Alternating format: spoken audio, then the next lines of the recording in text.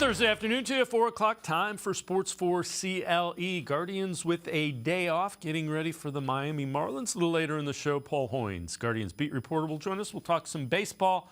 We begin by talking football, though. NFL draft will get underway a week from tonight with the first round. Browns won't be a part of that. Friday, second round and third round will take place. And in the third round, the Browns will make their first pick. Take a look at the grades for the offseason. This is from the Bleacher Report. They graded all of the NFL teams offseason before the draft. For the Browns, they give them an A. Cleveland Browns have largely flown under the radar, but they've had a sneaky great offseason. Let's welcome in Quincy Carrier, Untitled, Unfiltered Browns coverage.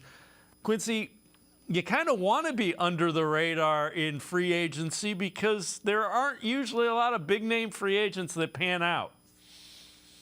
Well, I mean, you always want to be like somewhere in the middle there. You want to get some names that are going to help you, some guys that have done some things in the NFL, but you don't want to be the desperate team. And I think that's what you're alluding to is you don't want to be the team that paid Allen Robinson $20 million in 2020. You don't want to be the team that paid Kenny Golladay like $25 million, right? Like that's who you don't want to be. But you're okay with going after names as long as you can get them at the right price. And as much criticism as people can throw out about Andrew Berry, that's the one thing I give him massive credit for. We've not really overpaid anybody when you look at what the market was offering and what their contract is. You can maybe make the argument for Deshaun Watson, but I think exceptions get made for quarterbacks for obvious reasons. But you look at all the deals out there, even the ones that didn't pan out, those are reasonable deals considering what the market was getting before it. And I think that's one of the strengths there if you're the Cleveland Browns, because, again, going after the names, that's cool, but you don't want to overpay because that's what ends up biting you in the butt. Well, and you know, the Deshaun Watson deal, it's going to end up by next year when you get Burrow and Herbert, it's going to be middle of the pack. It's going to be probably somewhere between 7 to 10 is in terms of average value per year. It's all Jalen Hurts is getting more already, and it's going to end up being in the 7 to 12 range. Yeah, and it's like if you don't have Deshaun Watson on the roster, it don't matter who you sign in free agency, right? Like that's the only reason people care who the Browns have in free agency because Deshaun Watson's on the roster. If we was out here running Jacoby Brissett back, we could have signed anybody. Nobody would have cared. So like it's this paradox we fall into because people are like, oh yeah, the Browns, they spent all this money. The only reason you care about what the Browns are doing is because we have Deshaun Watson. And yeah, we had to pay to get him. But guess what? Quarterbacks are expensive. Yes. Not new news. And they are not. Price for quarterbacks isn't going down. It's only going up. Let's take a look at this. This is also from the Bleacher Report. Bargain free agent contracts for teams who must fill needs before the 2023 draft. And a couple of edge rushers. So they go Justin Houston. Projected contract 1 year, $4.5 million, approaching his age 34 contract. Houston has earned the right to chase a ring after recording 9.5 sacks last year. Still holds enough leverage to command a decent offer. And another edge rusher, Melvin Ingram, projected contract 1 year, $4 million. Last year, registered 22 tackles, 6 sacks, 18 pressures, playing 45% of the snaps in 17 games. Not a star by any means, but a quality contributor to a playoff team. And Quincy, one of those guys would fit in perfectly at that price range because that's kind of what the Browns need. They need a veteran guy that can be second or third in the rotation with Myles Garrett and Okunrankwo. Yeah, the thing with those guys, though, is it's not as simple as can we afford them? Does it make sense? It's also, does Justin Houston want to play here? Is he bought in that this is going to be a great opportunity for him? Same thing with Melvin Ingram. And that's where, given the Browns' history, if these dudes get signed to the team, it will be in the mid part of the season because they got to prove it to people before they can get these, journeymen, I'm trying to get a ring signings. Because we went through this with, what was it, Ndamukong Suh all last year where we were like, we could get Ndamukong Suh. Mm-hmm. And it turned out we had no chance of getting it down because he just didn't believe that this was going to be what it was. So that's the thing that Cleveland has going against it. It would be nice to get one of these dudes, But that's where you end up having to overpay. Like, I don't think you get him at that $4.5 million if you want to get Justin Houston. I think you end up having to give him more money, similar to how the Ravens had to give Odell a lot more money than what people were offering him in order to land him, because the trust is just not there for a team that did go 7-10 last year. The one thing that I would say to that, and I can't disagree with anything you said, the one thing that could sway that is Jim Schwartz. Jim Schwartz carries enough cachet with linemen that if they think it's a possibility that the Browns could be a contender, Jim Schwartz, he's going to come in and he's going to drop that Super Bowl ring on the table and tell you, I know what a Super Bowl team looks like. Yeah, and that's great, but also we got to factor in something that we don't want to talk about, but it's them jerseys, man. Outside of Cleveland, people don't have fond memories of these jerseys. You know what I mean? Like, yeah, so that's fair. We got that whole stigma to fight over. Like, you win one game in 2 years, like, that's fair. That's a stigma that don't go away until you do something significant. That's fair. Now I'm saying though, Jim Schwartz helps. All right, along those lines, James Palmer, NFL Network, talked about Amari Cooper, Deshaun Watson, what could be this season. Well, chemistry between those two, Andrew, is extremely important because Deshaun Watson said it. Everything in this offense is going to be different. The play calling is going to be different, and it's mainly because of his skill set. He said there really has never been a Cleveland Browns quarterback that plays the position like him. Kevin Stefanski has never had a quarterback that plays the position like him. That's why these throwing sessions that he's running down in Houston that started all the way back in February, and almost every receiver has been down there. Some of them have been there for the duration of the throwing session, some of them for a week at a time and then come back. But that chemistry is important because of the way Deshaun plays the position. One guy that hasn't been able to throw with him is Amari Cooper because he suffered a core injury during the season, played through it really during most of the time he was catching passes from Deshaun Watson, ended up going and getting surgery from Dr. Myers in Philadelphia, really the best in the game at it, about 8 weeks ago. And he knows with the way Deshaun creates and scrambles and extends plays, he needs that added time in the coming weeks as he continues to get healthier to throw and work with Deshaun Watson. And that's what's going to be interesting to see is how this receiving core develops that chemistry with Watson.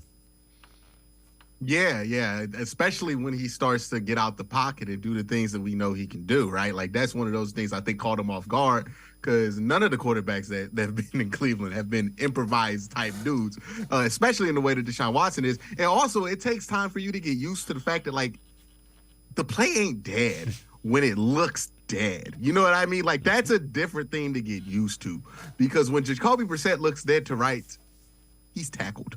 When Deshaun Watson looks dead to right, we've seen it multiple times this year where he wasn't even playing at his best, where he just got out of a sack that was just straight up impossible, it looked like, to get out of. Right? Like, how many times you go, he's still up? Like, during the year. And imagine running routes and you see two dudes converge on your quarterback. You usually, all right, man, I'm done. Like, let me power down, get back to the huddle so we don't waste much time, get the play call in. And all of a sudden you see Deshaun running. Oh, now you gotta do the scramble drill, right? It's gonna take time to get used to. Oh no, Deshaun could get us this thing at any time. That was one of the things that the Chiefs got used to with Patrick Mahomes. Was like, hey, it ain't dead ever, right? And now they're at that point to where it's like they're playing orchestra on the fly. But yeah, that's gonna take a while to get used to. But also, I think a lot of chemistry when it comes to wide receivers. And this is where the Baker Mayfield-Odell experiment has just tattooed this in my brain. You either got it or you don't, right? Like, especially amongst veteran players. Either you got it or you don't, right? And we saw that him and Amari Cooper had a decent amount of chemistry last year. We saw it with David Njoku. We saw it with Donovan Peoples-Jones. That wasn't where we were worried about Deshaun. It was more or less kind of just like the funkiness of the operation of the play itself. So all that being said, I think the chemistry's there. If it's there, then they're going to be fine. And I think there's been solid evidence that it is there. Let me ask you this. I'm intrigued by Elijah Moore. I think he could end up having a really big year. What are your thoughts about Elijah Moore having a breakout season? That's the guy that can make this go from a really good offense and a really, efficient, good scoring offense to, Like that's the difference, right? If he plays to his potential, then that gives the Browns a weapon that they didn't have. That gives them an explosive play guy that they didn't have. Right now, if you look at the Browns, the guys you trust are the guys that can get you down the field in 8 to 10 plays, right? And it's nice to score in 8 to 10 plays, but there's a downside to only being able to score in 8 to 10 plays. If Elijah Moore is hitting, then you have more chances of being able to score on 2 or 3 play drives, or maybe a 5-play drive, or getting a big chunk here or there, right? You need dudes who can come up with those type of plays during the course of the season, especially when you play in the AFC North. If he could be that guy, that changes a lot of things for this Browns offense. And then it changes the life for everybody else, because now if you got to be worried about being stretched vertically, what are you going to do about Nick Chubb, who's still in that backfield? Yeah. And you know what? That's the defense's problem, without question. Quincy Carrier and I are going to step aside, take a quick time out. Other side of the break, we'll head to the voicemail of Truth and Reason. Plus 3 Browns who need to be more consistent. Sports4CLE, we'll be right back talking Browns. Stay with us. Come back to go forward.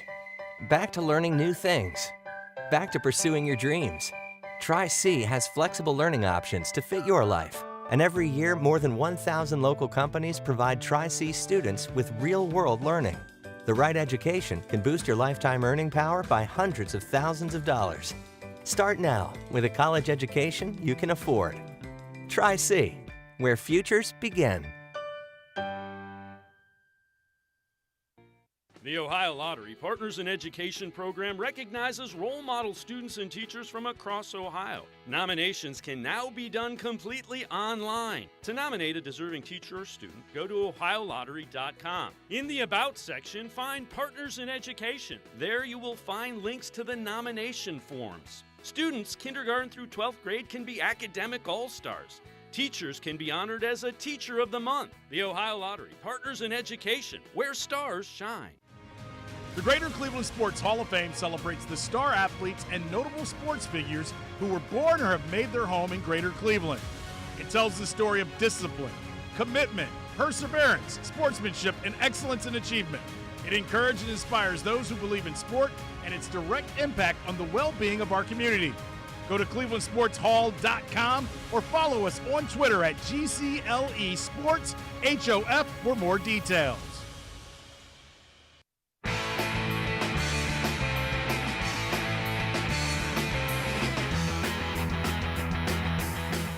We continue talking Browns with Quincy Carrier from Untitled, Unfiltered Browns coverage. Let's head to the voicemail of Truth and Reason. Yes, my thoughts is on the Browns season so far. I read something where the Browns are thinking about getting another huge upgrade. I want to know you guys' thoughts about that. Go Browns. Woof, woof. As always, appreciate all of the voicemails. Quincy, I don't see another big move coming. I'm not sure about you. Ain't no big move coming. I just don't see it. There's no real move to be made. They don't really have the assets to do it. They're locked in. That's okay, though. We have plenty of big names on the roster. That has not been the problem the last 3 years. Well, the Browns have had box office names on this team for the last 4 years. I think we're good. Right? Like, I don't think that's been the issue. The issue has been putting things together. The issue has been consistency. The issue has been inconsistency at quarterback play, right? Like, these are the things that need to get together, and these are the things that we spent loads of money.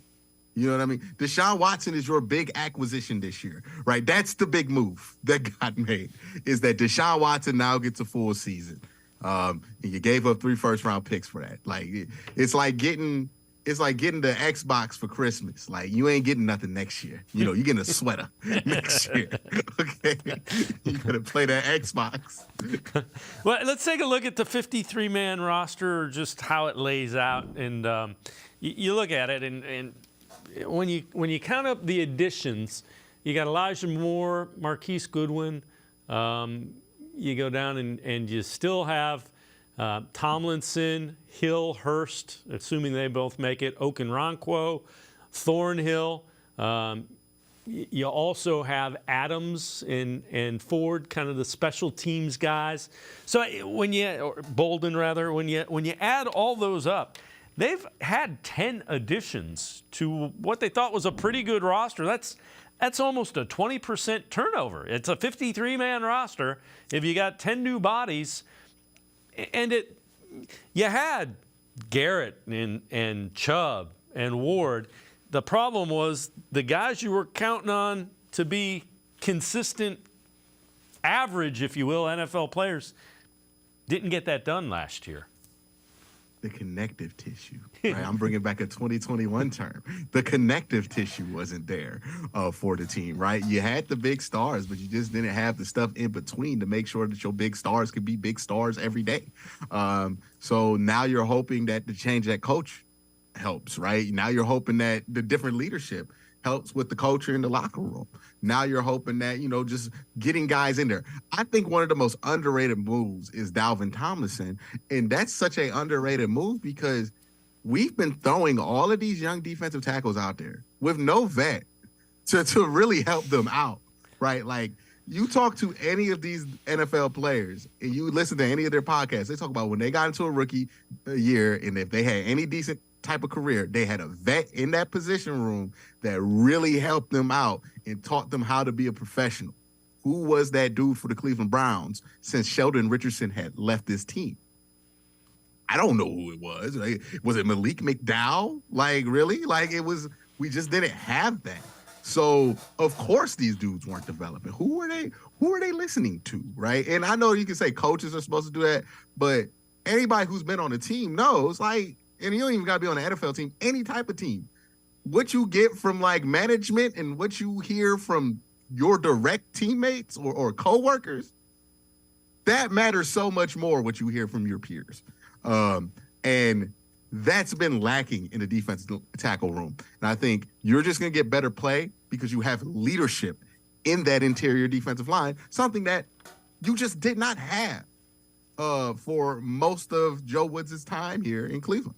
Yeah, I don't disagree with anything that you said. All right, 3 Browns who need to be more consistent. This from Dog Pound Daily. Number 3, Cade York, the kicker. A lot was expected of him because he was a 4th-round pick. His rookie year was not good. Number 2, Jeremiah Owusu-Koramoah has showed flashes, but again was banged up and injured, and I think the defensive tackle play in front of him hurt him as well. And number 1, David Njoku. And I am curious to see most how they use David Njoku and how he develops with Deshaun Watson. Because I look at this guy and I think he should be among the league's elite tight ends. David Njoku, if he just didn't look like he did, and what I mean by that is he looks like Megatron. Like, it looks like he should be the best tight end in the universe. So, like, you look at David Njoku and nothing he ever does will be good enough. Because you look at him and you go, this should be the best football player on planet Earth. Like, you draw up a football player in your head, it looks like David Njoku. The only dude who does him is Myles Garrett. And Myles Garrett, not from this planet, right? So that is one of those things that I think David Njoku's always fighting against, is that you look at him and you go, man, he should have 2,000 yards or something crazy like that. But he's a really solid, 700 to 900 yard guy. I think that's where his potential reigns in. Where I want to see David Njoku make the biggest difference is, like, hey, get those occasional seam gap plays and also be a factor in the red zone, right? Like, I want, when the Browns get into the red zone, you know how the announcer always has a red zone stat, right? When they get into the red zone.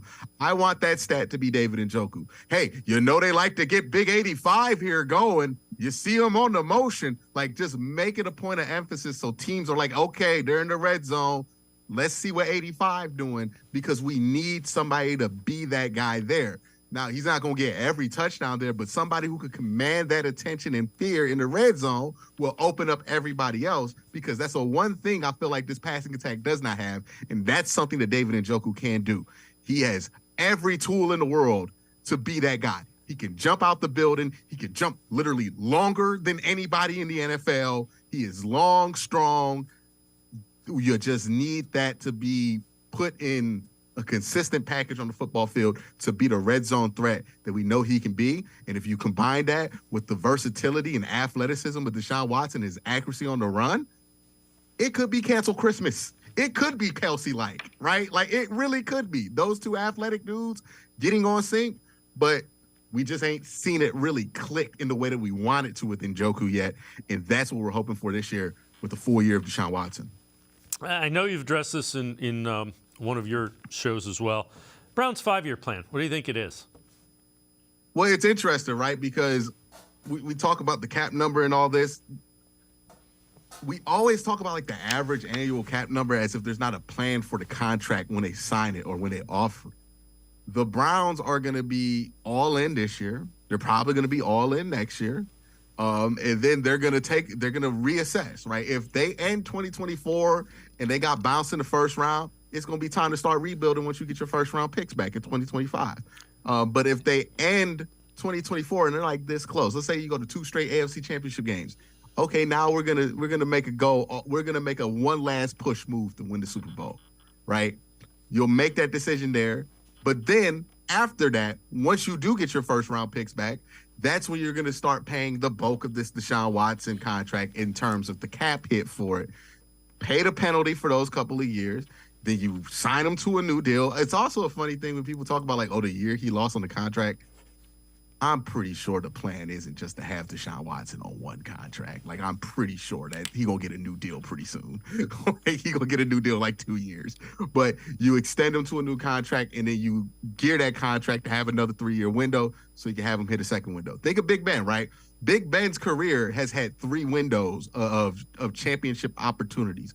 The first window when he was a rookie with Bill Cowher, the second window with Santonio Holmes and Mike Wallace and that Steeler team, and then you have the third window with the Triple B, Bell and Brown Steelers. This is how you do it. You take a couple years, you pay the penalty for a couple years, and then you get right back into it. And I think that's the plan. You want to get younger. Maybe you say goodbye to some guys. Maybe you extend some guys. But that's the 5-year plan. You know, we're going for a couple years here.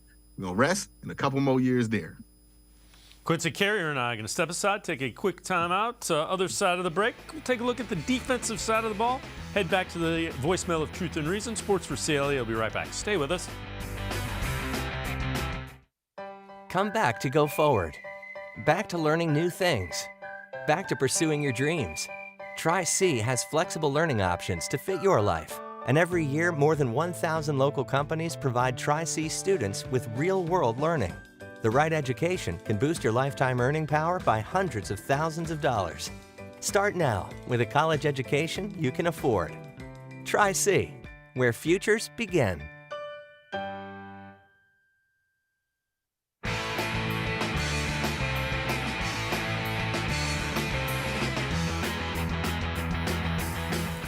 We continue talking Browns with Quincy Carrier from Untitled, Unfiltered Browns coverage. Let's head back to the voicemail of Truth and Reason. Hey, fellas. How do you envision the starting D-line shaping up in the base defense with the players we have now? You'll have Miles on one side, Noble on the other, but how will Jim Schwartz align Dalvin Tomlinson and the other D-tackle? Same question goes for our defensive alignment and those passing downs as well. Thanks, guys. Have a good day. As always, appreciate all of the voicemails. Quincy, I have a thought on this. I'll let you answer it first. What are your thoughts? The Browns right now seem like, hey, in the interior, it's going to be Dalvin Tomlinson and 2 dudes who win a fight in camp the interior. And that's going to be how they want to do it there. I think they're relying a lot on different coaching there. I think they're relying a lot on being in a different scheme. And they're also relying a lot on them feeling like they have really good corners that can play press man in this system. So I think the starting defensive line, it might look underwhelming on paper, but I don't think the results are necessarily going to be super underwhelming because they're going to be able to do more with less, or not even with less, but more with what they have, because I think what they have is a little bit better fit. The other thing I think that Jim Schwartz is going to end up doing, he's going to find a matchup that he likes. It might be moving. Myles Garrett may move around and try to pick on somebody, if you will, in passing situations. Jim Schwartz is really good at finding a matchup that that his line can win, and then it's going to be a long night for whatever defense or offensive lineman he decides he wants that matchup to be. And that's how his lines typically succeed. It'll be game plan specific, and they will game plan a whole lot and dictate what happens. Imagine being a guard and you just line up and you just see 95 in front of you. Like, what did I do to deserve this? Like, I don't play tackle. Why is he here? Why is this legal to put Myles Garrett? Right. And then sometimes they be getting him like a little 3-yard scoot in, like little start. It's like, come on now. If I was an offensive guard and I saw that happen to me, I'd be like, that's got to be a penalty. I don't care. You got to throw a flag. Does that look fair to you? That is what his line typically will do. I know you've addressed this one too, and I'm curious. What do you think the Browns should do with Jeremiah Owusu-Koramoah? They should have put him in the slot. I know some people were saying that because you hear undersized linebacker, you hear slot, but it's like, no, Jeremiah Owusu-Koramoah is still 225 pounds, like much too big to be doing that. But what you do with Jeremiah Owusu-Koramoah is that you can give him more responsibility. I think he's going to be able to improvise a lot better, knowing that people are going to be where they're supposed to be. Hopefully, better defensive tackle play allows him to get to where he wants to cleaner. And he's going to be able to play with confidence of not having to have all of this stuff going on behind the scenes of who's doing what or who's going to actually do what they said here or who likes doing this. So hopefully all of that's out the way for JOK. He has some personal stuff off the field as well. So hopefully for him, this is going to be a fresh start and a good season for him. Yeah, and I think this scheme I think he'll like playing in this scheme. Jim Schwartz has had guys that are a little undersized that have some speed and quickness that have succeeded at a really high level. So I'm anxious to see that. Again, I know you've addressed this. I'm curious. Do you think the Browns should draft 3 defensive tackles? Why not? Why not? If there are 3 there you like when you're up there, what is stopping you? What is people will be like, well, you don't have that many roster spots. That's cool. I'll take the best out of all of them. Like, honestly, what do we think we're going to get out of this draft that makes us think that, we got to make sure we fill some specific amount of spots here and there? Like, most of these dudes ain't going to be able to stay in the league that we draft this year. So if you got if you can get your hands on 3 defensive tackle prospects that you like, why not? What's it going to hurt? Are you going to have too many defensive tackles? You know what? I would love to find out what kind of problems that causes, Dave, if we have too many defensive tackles on the roster. Like, I would love to know what it would be like if, like, hey, we're too deep at defensive tackle. You know what I mean? Because I ain't been there yet. And until I get there, I'm good. You know what I mean? Give me more defensive tackles. Yeah, we'll put somebody at edge. Like, give me better defensive tackles. We'll be all right. When you're picking in the 3rd, 4th, 5th, 6th, and 7th rounds, you want guys that are going to be in the league 2, 3, 4 years. That's all you're looking for. Identify 5 or 6 guys that can be in the league that long, and it's been a successful draft, without question. Hey, you want to fix the defensive line, that's what you got to do. Spend all your picks on traits. Just be like, hey, D tackle, I'm drafting 7 of you. 2 of you will make it. You know what I mean? 1 of you will be a star. I'm playing the odds. That's what I'm doing.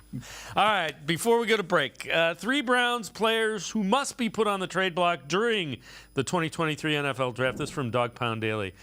They say center Nick Harris, number 3, number 2, wide receiver Anthony Schwartz, and number 1 Jordan Elliott. Who they trading him to? Yeah, in order. Who are you trading Anthony Schwartz to? Who are you trading Anthony Schwartz or Jordan Elliott? Jordan Elliott had a 39 Pro Football Focus grade. Now, that's not the gospel, but, it's a 39 Pro Football Focus grade. So who are you trading? Who is so like, I need to get my hands on Jordan Elliott so bad that I'm giving up anything? Like, what are you getting for Jordan Elliott? You can sign somebody from the XFL and they might, have a decent shot of being better than Jordan Elliott, if not already being better than Jordan Elliott. You can make the argument that Glenn Logan, who's in the XFL right now, was actually better than Jordan Elliott when he was on the Browns last year. Like, that's... Yeah. I don't know who's drafting. or who's traded anything for Jordan Elliott. I would love to trade these players, and I'm pretty sure they are on some kind of hypothetical trade block where it's like, hey, man, if you offer me anything for these guys, you can beat the waiver wire. You know what I mean? But I don't think that's coming.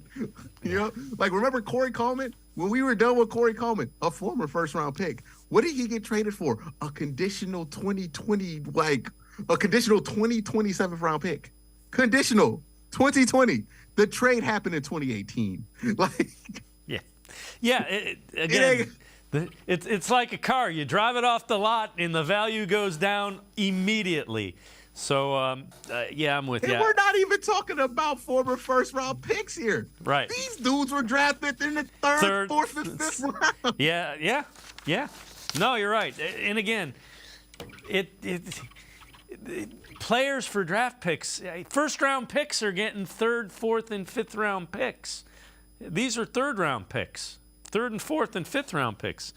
All right, Quincy Carrier and I are going to step aside, take one more time out. So we will continue talking Browns. An NFL Network's sleeper pick for the Browns in the draft coming up. Stay with us.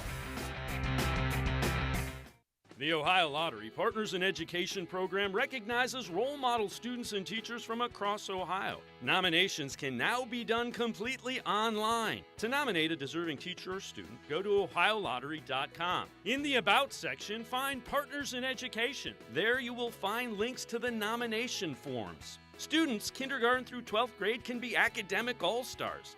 Teachers can be honored as a Teacher of the Month. The Ohio Lottery Partners in Education, where stars shine.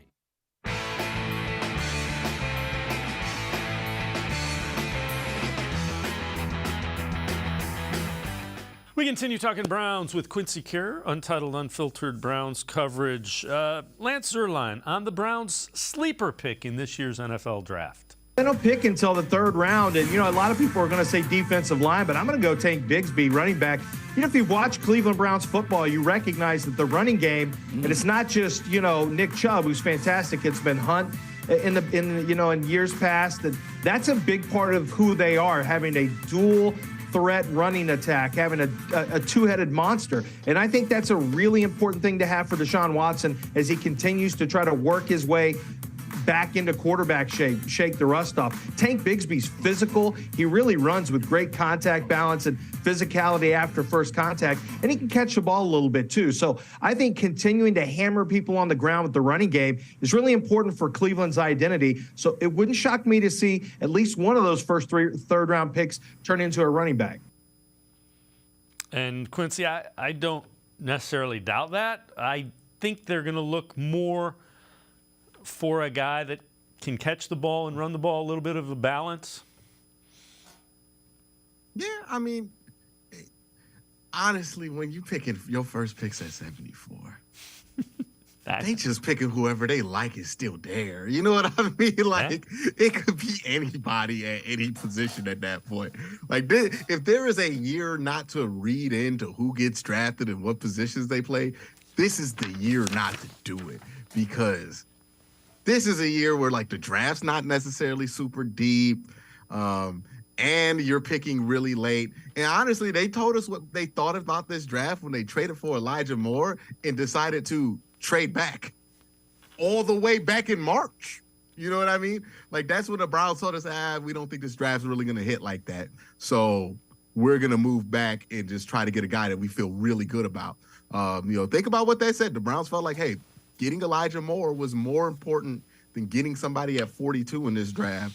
So that tells you where they value the level of talent in this draft. So when that's the situation, anybody could be that pick at 74. It could be a running back that can catch the ball, running back that can not. If not Bijan, but Roshan there, maybe they take him.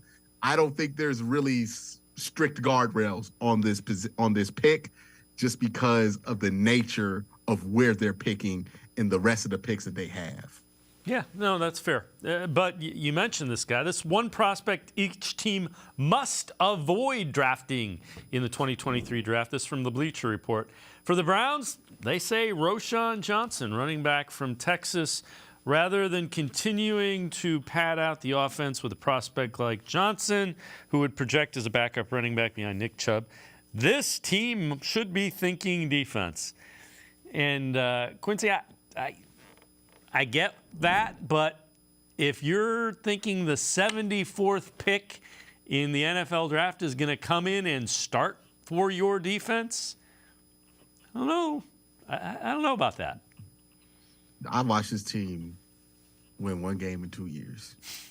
Even then, the third-round picks wasn't starting on them teams sometimes. Like, right. You know what I mean? Yeah. Like, it's just not something that happens all the time.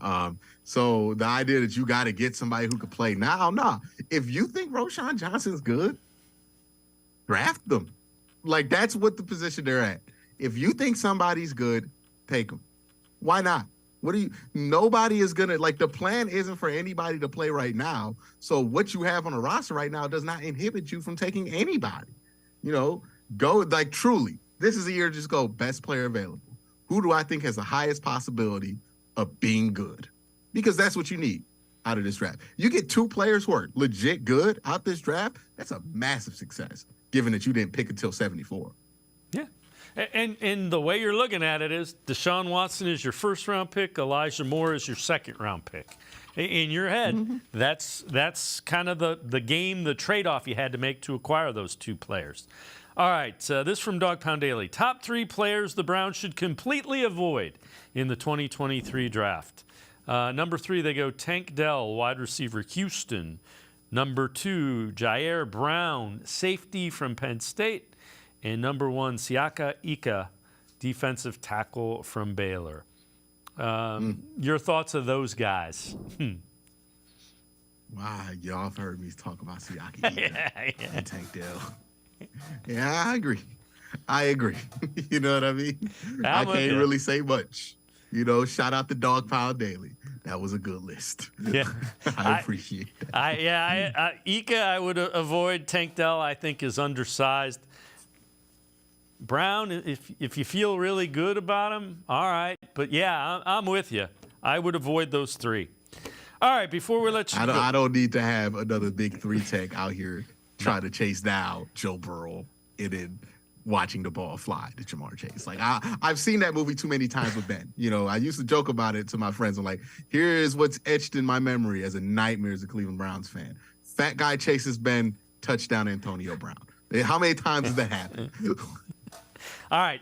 Todd McShay's mock draft from ESPN. At 74 has the Browns getting Gervon Dexter, thin defensive tackle class. Dexter gives them depth up the middle, some interior pass rushing upside thanks to his speed. And then linebacker Henry To'o. To'o speed at the second level, range boost to run defense that got knocked for 4.7 yards a carry. 8th worst in the NFL. I like both of those guys just fine, I guess, if in the 3rd round. I mean, I'm not going to complain about anybody in the 3rd round unless, like, they draft me or you. Like, you know what I mean? Like, but, like, Henry Toto, the one thing I have against him is, like, man, it's real easy to look like a good linebacker at Alabama. Like, how many times have we been fooled? It's just, that's such an easy position to play at Alabama. I mean, they've had, Trader Priest was a guy that they put out there, and then nobody even drafted him. He was like a really good player for Alabama, but it was like it didn't matter because it's real easy because of the athletes that you have around there. You're not asked to do much at the linebacker position. So I would worry about that. And even the guys that they have outside of really C.J. Mosley, like who's really panned out there. So, you know, I just have my worries about Alabama linebackers, given how easy it is. Gervon Dexter is interesting because in a draft class like this, yeah, you might as well swing on the big ones, right? And Gervon Dexter could be one of those big swings that hits. Quincy Carrier, as always, great stuff. Appreciate the time and the insight. Thanks very much, Quincy. No problem. You have a great day. Quincy Carrier, make sure you check him out. Really good Brown stuff, untitled, unfiltered. We're going to step aside, take a quick timeout. We turn our attention to the Cleveland Guardians. Paul Hoynes, Guardians beat reporter, straight ahead on Sports4CLE. Stay with us. Come back to go forward. Back to learning new things. Back to pursuing your dreams. Tri-C has flexible learning options to fit your life. And every year, more than 1,000 local companies provide Tri-C students with real-world learning. The right education can boost your lifetime earning power by hundreds of thousands of dollars. Start now with a college education you can afford. Try C, where futures begin.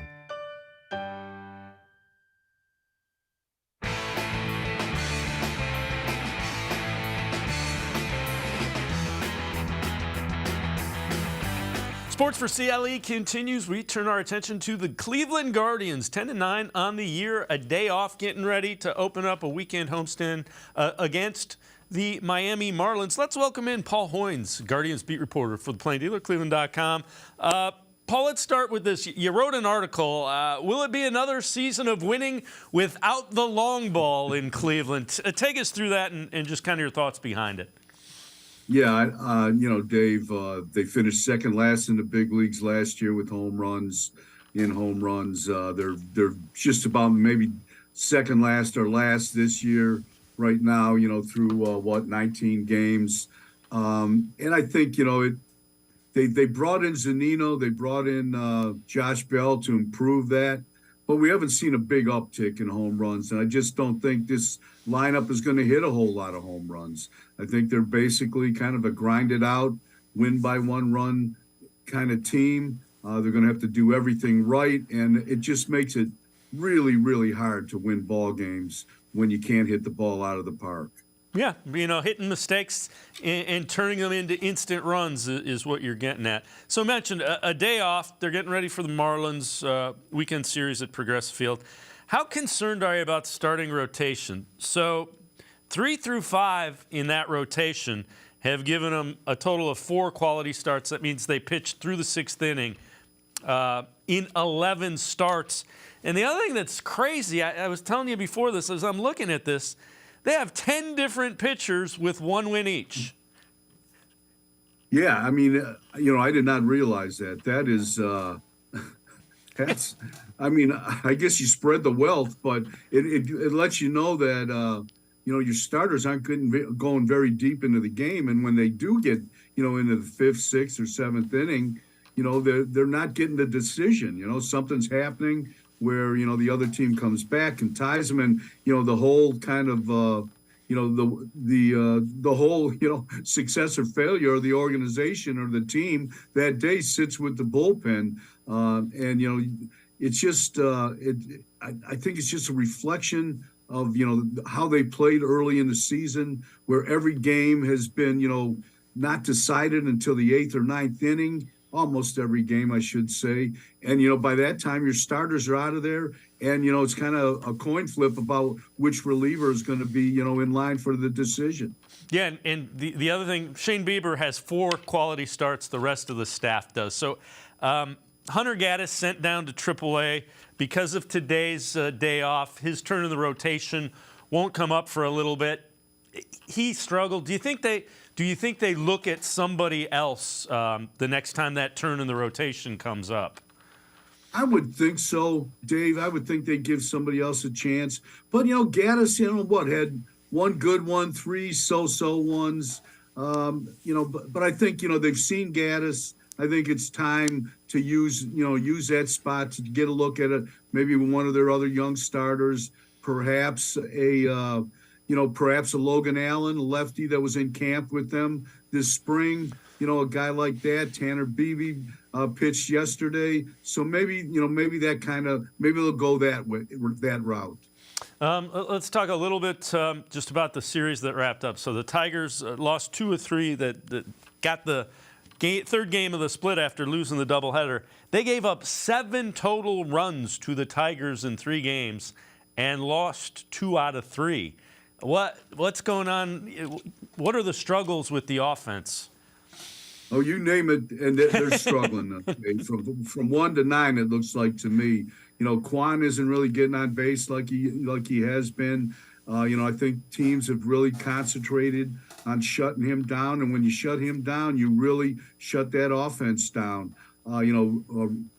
Ahmed Rosario missed the Detroit series with a bad back. That didn't help.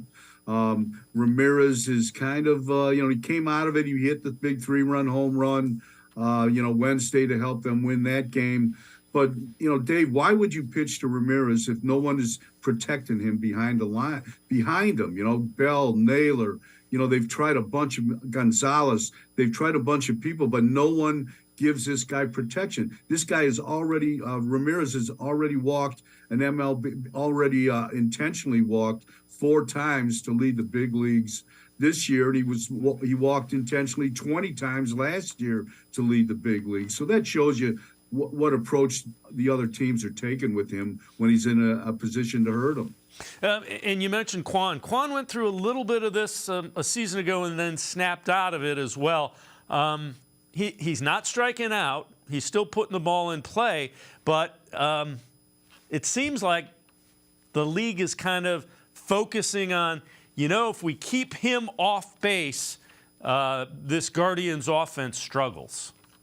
Yeah, I mean, he's really, I thought they did a great job, the lineup in Washington, especially the bottom of the lineup, with Zunino and Will Brennan and Miles Straw. They were getting on base, and Quan has had some good at bats driving those guys in, but in Detroit they really kind of shut him down.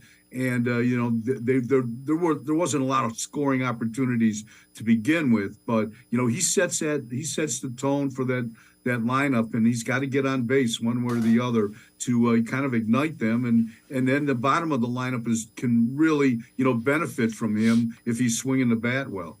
Straw's hitting, I believe it's 290. It really looks like he has kind of figured it out. He's more aggressive earlier in counts. He's seeing something and getting after it. How important is he, and what have you seen from him? Just from talking to him, Dave, he says he's much more confident. He did, he came to Cleveland during the offseason to work in their swing camps to adjust his swing. He thought that helped. It carried into spring training. He had a solid camp, and it's led right into the season, in April. So, I think confidence, he said, is a huge part to his game, and you're seeing it. And when he gets on base, he's really a threat to steal. He's among the league leaders in steals. So, that's a big factor. It's like, he really kind of can turn that lineup over and give Quan and Rosario and Ramirez a chance to hit with runners on base. We mentioned the struggles of the starting pitchers.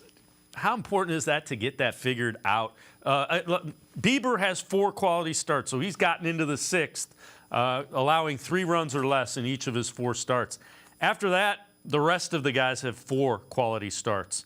How important is it that they figure that out so this bullpen doesn't get completely burnt out by, the All-Star break? Yeah, that's a great point. They really have to lean heavily on Bieber, Plesac, and Quantrill. With two kind of open spots in that rotation, you're going to need the bullpen to really help those guys. Peyton Battenfield and whoever fills Gaddis's place. That's where the bullpen should come in. So you're going to have to get deep into games with Bieber, with Quantrill and Plesac. Quantrill, I thought, did a good job Wednesday against the Tigers until he had to leave after getting hit in the foot with the line drive. But, those 3 guys really kind of have to step up, get and pitch deep into, pitch into the 6th or 7th inning so that bullpen isn't fried when Peyton Battenfield and the 5th spot in the rotation come up. And Battenfield has done pretty well. I'm continually amazed. It seems like any time they bring up a guy like a Battenfield or somebody, they're ready to pitch at the big league level. So they have a really good feel for their prospects, I guess is what I'm saying. Yeah, they've done a great job there, and this has been going on, as you know, Dave, 5, 6, 7, 8 years. They've developed pitchers. They've kind of identified the kind of pitchers they want to draft. They know how to develop them, and they know how to. Well, they got Battenfield in a trade, so they've done the trade. They've done the free agency, and they've done the drafting. Concerning pitchers, they've done a great job with that. And Battenfield's the latest example. I thought he pitched really well against Detroit. made one mistake and it cost him the ball game. I mean, that's not his fault. Somebody's going to have to score some runs to support him. Paul Hoynes, Guardians beat reporter, and I are going to step aside, take a quick time out. Other side of the break, we will continue talking Guardians, looking forward, some of the things that are going on in the AL Central. Sports4CLE will be right back. Stay with us. The Ohio Lottery Partners in Education program recognizes role model students and teachers from across Ohio. Nominations can now be done completely online. To nominate a deserving teacher or student, go to ohiolottery.com. In the About section, find Partners in Education. There you will find links to the nomination forms. Students, kindergarten through 12th grade, can be academic all-stars. Teachers can be honored as a Teacher of the Month. The Ohio Lottery Partners in Education, where stars shine. The Greater Cleveland Sports Hall of Fame celebrates the star athletes and notable sports figures who were born or have made their home in Greater Cleveland. It tells the story of discipline, commitment, perseverance, sportsmanship, and excellence in achievement. It encourages and inspires those who believe in sport and its direct impact on the well-being of our community. Go to clevelandsportshall.com or follow us on Twitter at GCLE Sports HOF for more details.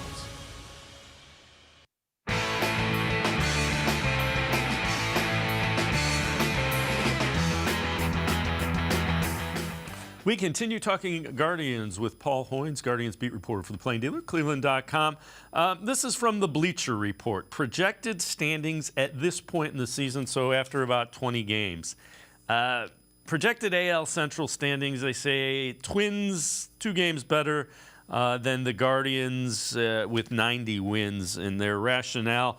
Biggest change since early November, Minnesota is the team to beat. While Cleveland did very little this offseason, aside from signing Josh Bell, Minnesota did a ton of wheeling and dealing to put together a squad better equipped to win the division in 2023. Hoynesy, I disagree with this. The reason the Indians didn't do a lot is they have young guys that they think are going to develop and have a higher upside, and their pitching's been hurt. So I think you throw Minnesota, the Guardians, and Chicago into the hopper, and one of those three is going to win the Central. And if you're telling me you know who it is, I think you're lying. I think you're lying. Yeah, for sure. I have no idea who's going to win this division, Dave. I picked the Guardians, but that was with anybody who follows my predictions knows that was iffy from the start, because I picked them to win 78 games last year and finished third, and they win 92. So the prognostication is not my strong suit. Yeah, I'm with you. And I watch a lot of baseball in addition to the Guardians. I'm not sold on the Twins. I like Lopez. I'm not a big Sonny Gray gets hurt a lot. Kepler gets hurt a lot. Buxton gets hurt a lot. Those guys need to stay healthy, and I'm not sure they're going to be able to do it. Having said that, Guardians need Savali and Tristan McKenzie to come back and be the guys that can get them into the 7th inning for them to do what I think they can do. Yeah, there's no doubt about that. I guess McKenzie is making some progress, Dave. He's still on a 60-day. So that means he can't come back until May 29th. But he is making progress. He's close to, or if he isn't thrown off the mound, he's close to it. He made that trip with the last trip with the team to Washington and Detroit, which is always a good sign. That means, the guy is ready to play catch. He's ready to work out every day. So, he's doing that. Savali stayed back in Cleveland during the trip, with that oblique. That's a 4 to 6 week thing. You have to be very, very careful with that, because it doesn't take much to re-injure it. Yeah, and again, the deal with McKenzie is that late May day is when they hope to put him back in the starting rotation at the big league level. He can be on the 60-day and still go out and do his minor league rehab. So they're going and the Guardians, to their credit, are always very, very cautious bringing pitchers back, especially. It's one of the reasons they're so successful in developing them. Yeah, for sure. And that's why Sam Henkes is down in has just started his rehab in Akron, AA Akron last night. So he should be on. He should be, his path is going to be a little faster, I think, obviously, than a starter. He only has to go up 1-2 innings, to make sure he's able to carry that load. So I think he'll pretty soon he'll be moved up to Columbus, and then he should be ready to help that bullpen out, David. And I think that's a big factor, because they need a fresh arm for sure. Yeah, and he's a guy that can go multiple innings, left-hander that they'll use multiple innings. All right, Hoynes, take a look at this one. This is interesting. Worst batting averages with the bases loaded among MLB teams this season. So the Marlins, who are coming to town, and the Rockies, who follow them, are 1-5. But in there, Guardians at number 4, 143. And those Twins that some people think are going to win the division are up there at 071. I guess the early going, one of the things, the Guardians just haven't hit with runners in scoring position consistently. Yeah, for sure. And, they've created opportunities. They've left a lot of men on base. You see a lot of 2 for 10s, 2 for 12s, 3 for 14s with runners on scoring. With runners in scoring position. From the box scores, they just haven't got that big hit yet. It's something they did pretty well going down the stretch last year, and they just need. And that's such a quirky stat. From one year to the next, it can change. And it has to come from throughout the lineup. You just can't count on one guy. You have to have, 1 through 9.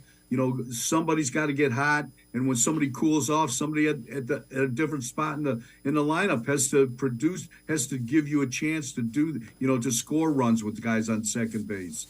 But it's easier said than done for sure. Yeah, and we talked last segment about the lack of home run production. So hitting with guys in scoring position, huge for a team constructed the way the Guardians are. Along those lines, patient or concern on the early season slump? This again from the Bleacher Report. For the Guardians, they're looking at Oscar Gonzalez. 15 games, 47 plate appearances, 156, 191, 267, 2 extra base hits. Did have a homer, 2 runs batted in, and 5 runs scored. And their verdict is concern. And I got to agree. Some of the he's not swinging at strikes like he did a lot last year, and a lot of times he's just not seeing the ball. It's pitch recognition, and you're not picking the ball up. So hopefully that's what it is with him. Well, to me, Dave, it's hard to hit when you're on the bench. You got to have a long bat to get to the plate. He hasn't had a lot of plate appearances. I mean, Will Brennan has come in and kind of taken that right field job over. Now maybe we'll see a little difference with Gonzalez this weekend. Miami's starting 2 lefties, and he got some playing time in Detroit when they started lefties. That's when he hit his home run. But this is kind of a reversal of the way I saw the season opening. I thought Gonzalez would be the everyday right fielder, but he isn't. He's kind of just struggling to get at bats. He's struggling to get to the plate. And, he didn't have a great spring, yes, but, I thought, with what he did last season in those 90, 91 games when he came up, not counting what he did in the postseason, I thought he would be the favorite to win that right field job. But he is not, and they miss his power. I think they miss his threat. He's a threat to hit the ball out of the park. Right now, you've got 3 outfielders, in Quan, Straw, and Brennan that are basically kind of the same kind of guy. I mean, they're all very talented players, but none of them are hitting the ball out of the park. Yeah, I'm with you. So before I let you go, if you could wave a magic wand and get this offense going, what would what would it take to get this offense kind of going the way it needs to? Well, I think, one, Gonzalez, Quan's got to get on base. Quan, the weather's got to, if Rosario gets back and is healthy and the weather warms up, I think he really starts swinging the bat when it gets warmer, as hopefully it does in May. I think, get those top 2 guys on base for Ramirez and then get either Bell or Naylor to protect, to be a threat. When you pitch around Ramirez, you pay the price. But so far, pitchers are able to pitch around Ramirez, and they haven't paid anything. So I'd like to see the two guys behind Ramirez start delivering, and the top of the lineup getting on base and creating scoring opportunities. Paul Hoynes, Guardians beat reporter for the Plain Dealer, cleveland.com. As always, great stuff. Thanks so much for the time and the insight. Appreciate it very much, Hoynesy. All right, David. Have a good one. Paul Hoynes, make sure you check him out. Always great coverage of the Guardians in the pages of the Plain Dealer as well as cleveland.com. That's going to do it for this edition of Sports for CLE. We'll see you back here tomorrow at 4 o'clock. Have a great night, everybody. See you tomorrow at 4 on Sports for CLE.